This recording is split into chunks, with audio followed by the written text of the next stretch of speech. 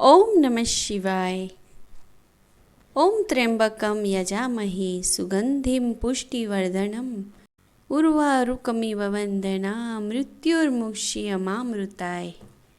जो तमे चेनल पर नवा होय तो आ चेनल ने सब्सक्राइब कर देजो ने विडियो गमे तो आगे लाइक शेयर करजो।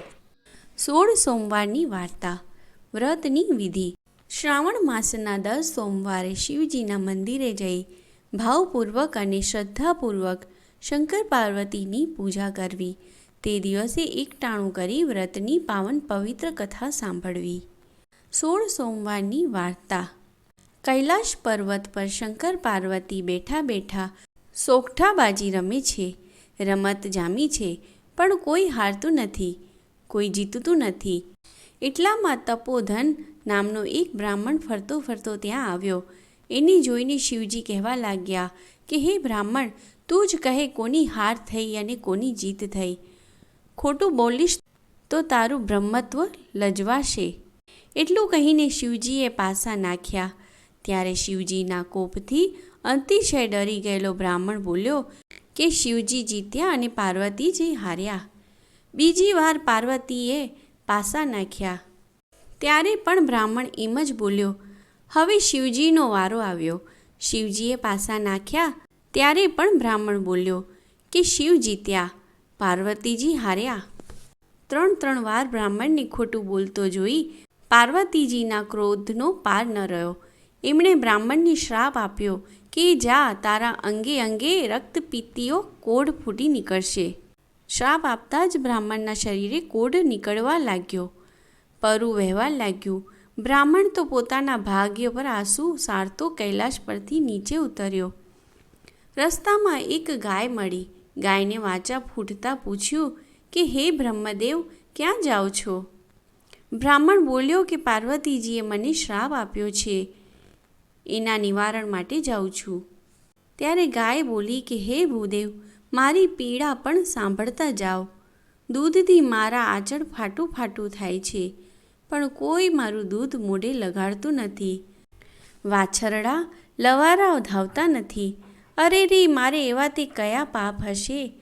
તમે મારા દુઃખનું નિવારણ પૂછતા આવજો। ત્યાંથી આગળ જતા એક પંચકલ્યાણી ઘોડો સામો મળ્યો। શ્રાપની વાત સાંભળીને કહેવા લાગ્યો કે હે બ્રહ્મદેવ, મારી પીઠ પર હીરા મોતીના પલાણ છે, પણ કોઈ મારા પર સવારી કરતું નથી। મો મારા કષ્ટનું નિવારણ પૂછતા આવજો। આગળ જતા બ્રાહ્મણને થાક લાગ્યો। એ એક આંબા નીચે વિશ્રામ કરવા બેઠો। પાકી પાકી કેરીઓ જોઈને એને ખાવાની ઈચ્છા થઈ। ત્યાં જ આંબાને વાચા ફૂટી। આંબો કહેવા લાગ્યો કે હે ભૂદેવ, જાઓ છો તો મારું કષ્ટ પણ સાંભળતા જાઓ। મારા ફળ કોઈ ખાતું નથી, ખાય છે તે મૃત્યુ પામે છે। તે મારા શ્રાપનું નિવારણ પૂછતા આવજો। આગળ જતા બ્રાહ્મણને તરસ લાગી। એ પાણી પીવા તળાવે ગયો। તળાવના કાંઠે એક મગરને રડતો દીઠો। બ્રાહ્મણને જોતા જ મગર બોલ્યો, હે ભૂદેવ, મારી કાયામાં લાય લાગી છે। અંગે અંગ કાળી બળતરાટ થાય છે।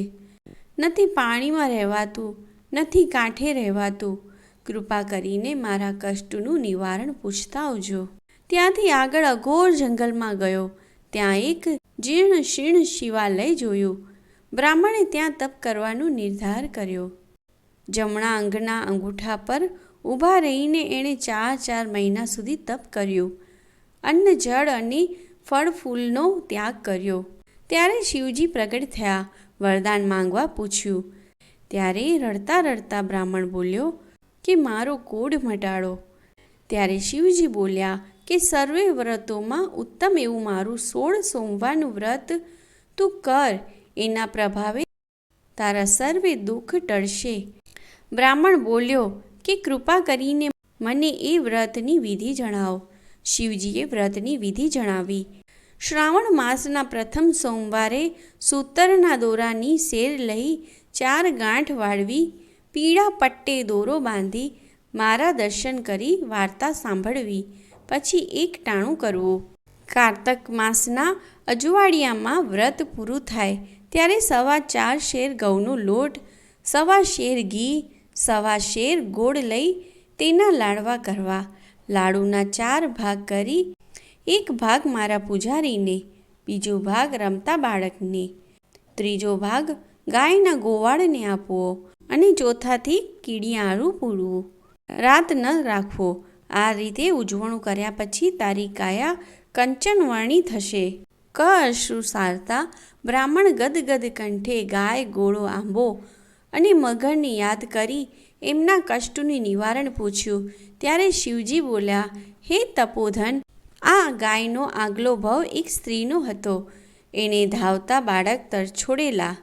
એ પાપના પ્રભાવે આ જન્મે કોઈ તેનું દૂધ પીતું નથી. તું એને દોહીને એ દૂધ મારા લિંગ પર ચડાવજે. તેનાથી તેના કષ્ટનું નિવારણ થશે. પછી શિવે ઘોડાના પાપ વિશે જણાવતા કહ્યું કે એ ઘોડો ગયા ભવે એક દૂત શેઠ હતો. જૂઠી વાણી અને જૂઠા ત્રાજવા કાટલાથી ગરીબોને ઠગીને પાપના પોટલા બાંધ્યા. કંઈકને વ્યાજના દરિયામાં ડૂબોવ્યા. એ પાપના લીધે એની આવી દશા થઈ છે. તું મારું નામ લઈ એના પર સવારી કરજે, તેથી સર્વે સુખ થશે. ત્યારબાદ શિવ બોલ્યા કે આંબો ગયા જન્મે કપટી કંજૂસ હતો. સાચા ખોટા કરી ધનના ભંડાર ભર્યા, પણ પાઈનું પુણ્ય ન કર્યો. એના થડ નીચે ધનના 4 ચરુ છે. એ ચરુ તું કાઢીને પુણ્યના કાર્યો કરજે. એ પુણ્યના લીધે આંબાની કેરી અમૃત જેવી થશે. છેલ્લે ભગવાન શિવ મગરના દુઃખનું નિવારણ જણાવતા બોલ્યા કે એ મગર ગયા જન્મે મહાજ્ઞાની બ્રાહ્મણ હતો. 4 વેદ અને સકળ શાસ્ત્રોનો જ્ઞાતા થયો, પણ કોઈને જ્ઞાન ન આપ્યું. આવક જવાના ભયે જ્ઞાનનો સંગ્રહ સ્વાર્થ માટે કર્યો.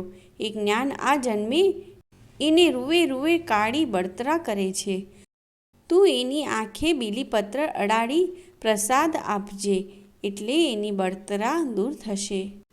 ભગવાન શિવને દંડવત પ્રણામ કરી બ્રાહ્મણ પાછો ફર્યો. પ્રથમ મગરના કષ્ટનું નિવારણ કર્યું. મગરે એને જ્ઞાન આપ્યું. જ્ઞાન આપવાથી મગરની મુક્તિ થઈ. પછી આંબા પાસે જઈને બ્રાહ્મણે ધનના 4 ચરુ કાઢ્યા. તરસ્યાને પાણી અને ભૂખ્યાને અન્ન દેવાનો સંકલ્પ કરતાં જ આંબાના ફળ અમૃત સમાન થયા. આગળ જતાં ઘોડો મળ્યો. મહાદેવનું નામ લઈ બ્રાહ્મણે સવારી કરી તો ઘોડાનું કષ્ટ દૂર થયું. પછી ગાય મળી.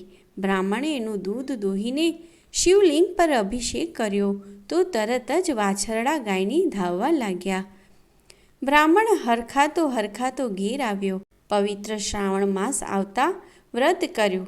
કારતક માસે ઉજવણું કર્યું તો એની કાયા કંચનવર્ણી થઈ ગઈ. જ્ઞાનના તેજથી એનું મુખ જગારા મારવા લાગ્યું. એક દિવસની વાત છે. નગરના રાજાની એકની એક કુંવારી કનકલતાનો સ્વયંવર રચાયો. દેશોના રાજાઓ કુંવારી વરવા આવ્યા. સ્વર્ગની અપ્સરાની શર્મા એવી રૂપના અંબાર જેવી કુંવરી કનકલતાને વરવાની સૌ રાજાઓની આશા હતી. બ્રાહ્મણ પણ સ્વયંવર જોવા આવ્યો. એક ખૂણે ઊભો રહ્યો. સમય થતાં કનકલતાએ 16 શણગાર સજીને આવી. એની સાથે એકથી એક એવી દાસીઓ હતી. આગળ હાથણી કળશ લઈને ચાલતી હતી. સિંહાસનો પર બિરાજેલા રાજકુંવરો અને રાજાઓ પાસે થઈને હાથણી આગળ ચાલીને ખૂણામાં ઊભેલા તપોધન બ્રાહ્મણ પાસે જઈને એના પર કળશ ઢોળ્યો. આ જોઈ રાજાઓ ત્રાળો પાડવા લાગ્યા કે મૂર્ખ હાથણીએ ભૂલ કરી છે. એટલામાં હાથણીને વાચા ફૂટી. એ બધા સાંભળે એવા બુલંદ અવાજે બોલી કે કુંવરી માટે આ વર જ યોગ્ય છે. રાજાએ ધામધૂમથી કુંવરીને તપોધન સાથે પરણાવી. હીરા માણેકની પહેરામણી કરી. હાથી ઘોડાના રથ દીધા. બ્રાહ્મણ સમજી ગયો કે કહો ના કહો આ 16 સોમવાર વ્રતનો જ આ પ્રભાવ છે. રૂપાળી કુંવરી સાથે બ્રાહ્મણ તો સુખે મહેલમાં રહેવા લાગ્યો. રાજાને કોઈ પુત્ર ન હોવાથી રાજગાદી પણ એને જ મળી. એવામાં પવિત્ર શ્રાવણ માસ આવ્યો. બ્રાહ્મણે નિયમ પ્રમાણે 16 સોમવારનું વ્રત કર્યું. વ્રત પૂર્ણ થયે ઉજ્જવણાની તૈયારી કરી અને રાણી કનકલતાને ઉજવણાની બધી વિધિ વિગતે સમજાવી. રાણીએ વિચાર કર્યો કે એકલા લાડુ તે કાંઈ ભાવતા હશે. એણે તો ભાતના ભોજન બનાવ્યા. રાજાનો વૈભવ ભોગવતો બ્રાહ્મણ દરબારમાંથી આવ્યો અને લાડુના પ્રસાદના બદલે મેવા મીઠાઈ જોઈ કોપાયમાન થયો. ગડગડા અવાજે શિવજીને માફી માંગવા લાગ્યો. ચોથા ભાગનો લાડુ પ્રસાદમાં લઈ વ્રત ઉજવ્યું. આ બાજુ મહાદેવ રાણી કનકલતા પર ક્રોધિત થયા અને સપનામાં તપોધનને આદેશ આપ્યો કે કનકલતાને કાળા વસ્ત્રો પહેરાવી દેશવટો આપ. એણે મારું વ્રત તોડ્યું છે. તપોધને શિવજીના આજ્ઞા પ્રમાણે રાણીને દેશવટો આપ્યો. રાણી આજીજી કરતી રડવા લાગી, પગે પડવા લાગી, પણ તપોધન ચલિત ન થયો. રાણીને હર પાર કરી. ભૂખી તરસી લથડિયા ખાતી કનકલતા એક ગામમાં આવી અને ગામને પાદરે ઝૂંપડામાં રેટીઓ કાતતી ડોસી પાસે પાણી માંગ્યું. ડોસી ઘણી દયાળુ હતી. રાણીને ખાવા રોટલો અને પીવા પાણી આપ્યું. રાણીએ રહેવા આશરો માંગ્યો તો ડોશીએ હા પાડી. એ તો ડોશીના ઘરમાં છાણ વાસીદું કરવા લાગી. પણ રાણીના પગલાં પડતા જ ડોશીનો રેટીઓ તૂટી ગયો. ડોશીએ તો રાણીને ધક્કા મારીને કાઢી. રડતી કકડતી ભાગ્યને દોષ દેતી રાણી એક ગાંચણના ઘેર ગઈ અને અડધા રોટલાના બદલામાં બધું કામ કરવા તૈયાર થઈ. મફતના ભાવે દાસી મળે તો કોણ ના પાડે. ગાંચણે તો રાણીને રાખી લીધી. ત્યાં તો એનો ધણી માંદો પડ્યો. ઘાણી બંધ થઈ ગઈ. બળદનો પગ ભાંગ્યો. ગાંચણે તો રાણીને મારીને કાઢી મૂકી. પડતી આખડતી રાણીએ એક માલણના બાગમાં પેટ વરાણીને આશરો લીધો તો બાગમાં બધા ફૂલ કરમાઈ ગયા. માલણે પણ રાણીને કાઢી મૂકી. રાણીની આંખે અંધારા આવવા લાગ્યા. ગળે કાચકી બાજી ગઈ. જીવ નીકળું થવા લાગ્યો. એ તો પાદરે ગઈ. કૂએ પાણી ખીંચતી પાણીયારીને પાણી પીવાની આજીજી કરી. એની હાલત જોઈને પાણીયારીને દયા આવી ગઈ. પણ જ્યાં એ પાણી પીવા ગઈ ત્યાં તો તેનો ગળો ફૂટી ગયો. પાણીયારીએ રાડ અભાગણી કહીને એને કાઢી મૂકી. રાણીને ખાતરી થઈ ગઈ કે હવે કોઈ એને સગરે એમ નથી. હવે તો જંગલમાં જઈને દેહ પાડવો. રાણી તો લથડિયા ખાતી કાંટા કાંકરાની વેદના સહન કરતી જંગલમાં ગઈ. રસ્તામાં અત્રિ ઋષિનો આશ્રમ આવ્યો. એ તો ત્રિકાળ જ્ઞાની હતા. તેમણે રાણીને આશરો આપ્યો, જમાડી. પછી કહેવા લાગ્યો કે હે બેટી, શાસ્ત્રો કહે છે કે વ્રત ભંગ કરનાર મહાપાપી બને છે. વળી તે તો દેવોના દેવ મહાદેવના વ્રતનો ભંગ કર્યો છે. જેના પર શિવ રૂઠે એને કોઈ જીવન સગરે. આ સાંભળી લોહીના આંસુ સારતી રાણી બોલી, હે ઋષિ, તમે મારા પિતા સમાન છો. આ પાપમાંથી મુક્તિ થવાનો કોઈ ઉપાય કૃપા કરીને દેખાડો. ત્યારે અત્રિ ઋષિએ રાણીને 16 સોમવારનું વ્રત કરવા કહ્યું. રાણી કનકલતાનું હૃદય પશ્ચાતાપની યાવક અગ્નિમાં બળીને પૂર્ણ કંચન બની ગયું હતું. પવિત્ર શ્રાવણ માસ આવતા જ રાણીએ વ્રત લીધું. વ્રત પૂર્ણ થતાં શ્રદ્ધા ભાવપૂર્વક ઉજવણું કર્યું. ભોળા શંભુએ પ્રસન્ન થઈને રાણીના સર્વ દોષ માફ કર્યા. રાણીને ઘોર પાપમાંથી મુક્તિ મળી ગઈ. એક રાતે રાજા તપોધનને મહાદેવે સપનામાં દર્શન દઈને કહ્યું કે તારી રાણી 16 સોમવારનું વ્રત કરીને પુણ્યશાળી બની છે. માટે તું જા, તેને જઈને એને વાજતે ગાજતે મહેલે લઈ આવ. વહેલી સવારે જે રાજા તો રાણીને શોધવા નીકળ્યો. પૂછપરછ કરતાં જાણવા મળ્યું કે એક રૂડી રૂપાળી સ્ત્રી ભિખારી જેવી દશામાં જંગલમાં ગઈ છે. રાજા જંગલમાં આવ્યો. અત્રિ ઋષિના આશ્રમે રાણીને જોતાં જ બંનેની આંખોમાં હરખના આંસુ આવી ગયા. બંને ઋષિના પગે પડ્યા અને વિદાય માંગી. ત્યારે અત્રિ ઋષિએ રાણી કનકલતાની સેવાના બદલામાં અક્ષય પાત્ર આપ્યું. હજારો માણસોને જમાડે તો પણ રાંધેલું અનાજ ન ખૂટે એવું એ પાત્ર હતું. હરખના આંસુ સારતા રાજા રાણી નગર તરફ પાછા ફર્યા. ગામના પાદરે જેનો ગળો ફૂટી ગયો હતો એ પાણીયારી મળી. કનકલતાએ અક્ષયપાત્રમાં જળ લઈ ફૂટેલા ગળા પર છાંટતા જ ગળો સાજો થઈ ગયો. પાણીયારીએ આ ચમત્કારનું કારણ પૂછ્યું તો રાણીએ 16 સોમવારના વ્રતનો મહિમા જણાવ્યો. આગળ જતાં માલણનો ભાગ આવ્યો. કનકલતાના પગલાં પડતા જ કરમાયેલા ફૂલો પણ મહેકી ઉઠ્યા. માલણ તો લાકડીની જેમ રાણીના પગમાં પડી ગઈ. એણે વ્રત કરવાનો સંકલ્પ કર્યો. આગળ જતાં ઘાંચણની ઢેલી આવી. રાણીના પગલાં પડતા જ બળદનો ભાંગેલો પગ સાજો થઈ ગયો. ઘાંચીની કાયા કંચનવર્ણી થઈ ગઈ. આ ચમત્કાર જોઈ ઘાંચણ તો રાજી રાજી થઈ ગઈ અને વ્રત કરવાનો સંકલ્પ કરવા લાગી.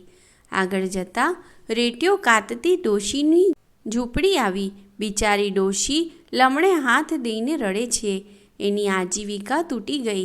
કનકલતાએ રેટિયા પર હાથ ફેરવતા રેટિયો આપમેળે ચાલવા લાગ્યો. ડોશીએ લાખ લાખ આશીર્વાદ આપ્યા. ચાલત ચાલતા રાજા રાણી મહેલે આવ્યા. નગરમાં ઢંઢેરો પીટાવ્યો કે આવતીકાલે સૌ નગરજનો મહેલના પટાંગણમાં જમવા પધારે. કનકલતાએ અક્ષયપાત્રનું પૂજન કરી સંકલ્પ કર્યો. 32 શાક અને 33 ભાતના પકવાનના થાળ ભરાવા લાગ્યા.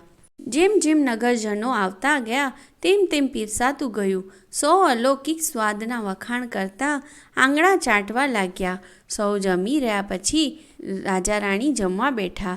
ત્યારે રાણી બોલી, મારે તો આજે મહાદેવનું વ્રત છે. કોઈ ભૂખ્યું માણસ વાર્તા સાંભળે પછી જ મારાથી એકટાણું કરાય. વાર્તા સાંભળે કોણ? રાજાએ તો સવારે જ જમી લીધું હતું. તત્કાળ પ્રધાનને બોલાવીને આદેશ આપ્યો કે કોઈ ભૂખ્યા માણસને બોલાવી લાવો. પ્રધાન ઘેર ઘેર પૂછવા લાગ્યો. એક કુંભારના ઘેર સાસુ વહુ ઝઘડ્યા હોવાથી સાસુ જમી ન હતી. વળી એ 100 વર્ષની ડોશી હતી એટલે ડગલું ચાલી ન શકતી. આંખે ભાળતી નહીં, કાને સંભળાતું નહીં. એની જમવા લઈ કોણ જાય? પ્રધાને તરત સુખપાલ મંગાવી અંદર 1.25 મણની તળાઈ પાથરી ડોશીને વાજતે ગાજતે મહેલે લવાઈ. માન પાન આપી ડોલીએ બેસાડી કનકલતાએ ડોશીના હાથમાં ચોખાના દાણા આપતા મોટેથી કહ્યું કે માં, હું મહાદેવની વાર્તા કહું છું. તમે જય શંકર કહી હોકારો દેજો. કનકલતાએ તો ઘીનો દીવો કરી વાર્તા કહેવા લાગી. ડોશી હોકારા દેવા લાગી. પહેલા હોકારે કાનની બહેરાશ ગઈ. બીજા હોકારે આંખમાં અંજવાળા થયા. ત્રીજા હોકારે શરીરમાં નવી શક્તિ આવી. ડોશી તો બોલી ઉઠી, દીકરી, મહાદેવ મારા પર રીઝ્યા. ત્યારે કનકલતા શિવજીને દંડવત પ્રણામ કરી ગળગળા અવાજે બોલી, માં, આ તો મહાદેવને અત્યંત પ્રિય એવા 16 સોમવારના વ્રતનો પ્રભાવ છે. તમે ભક્તિથી વાર્તા સાંભળી એનું મહાદેવે તમને ફળ દીધું છે. ત્યારે ડોશીની આંખમાં પણ હરખના આંસુ આવી ગયા. ડોશી પગે ચાલીને ઘેર ગયા અને ઘેર જઈ સોયમાં દોરો પરોવ્યો તો વહુ આભી થઈ ગઈ. એણે પણ વ્રત કરવાનો સંકલ્પ કર્યો. પવિત્ર શ્રાવણ માસ આવતા રાજા રાણીએ ફરી વ્રત આદર્યો અને કારતક માસે ઉજવણું કર્યું. પ્રસન્ન થયેલા શિવજીએ દેવના ચક્કર જેવો દીકરો દીધો. એનું નામ દેવદત્ત રાખ્યું. એ પણ મા બાપ જેવો ધર્મિષ્ઠ અને પ્રજાપાલક થયો. દેવદત્ત યુવાન થયો ત્યારે રાજા રાણી એને રાજગાદી સોંપી ગંગા કિનારે ચાલ્યા ગયા અને શિવલિંગની સ્થાપના કરી. જીવનના અંત સુધી શિવની ભક્તિ કરતા રહ્યા. અંતકાળે વિમાનમાં બેસી વૈકુંઠ ગયા. હે મહાદેવ, તમે જેવા તપોધન અને કનકલતાને ફળ્યા એવા વ્રત કરનાર, વાર્તા વાંચનાર, વાર્તા સાંભળનાર સૌને ફળજો. ઓમ નમઃ શિવાય. જો તમને આ વાર્તા કથા સાંભળવામાં આનંદ આવ્યો હોય તો આ વિડીયોને લાઈક કરીને આગળ શેર કરજો ને ચેનલ પર નવા હોય તો સબસ્ક્રાઈબ કરજો. ધન્યવાદ.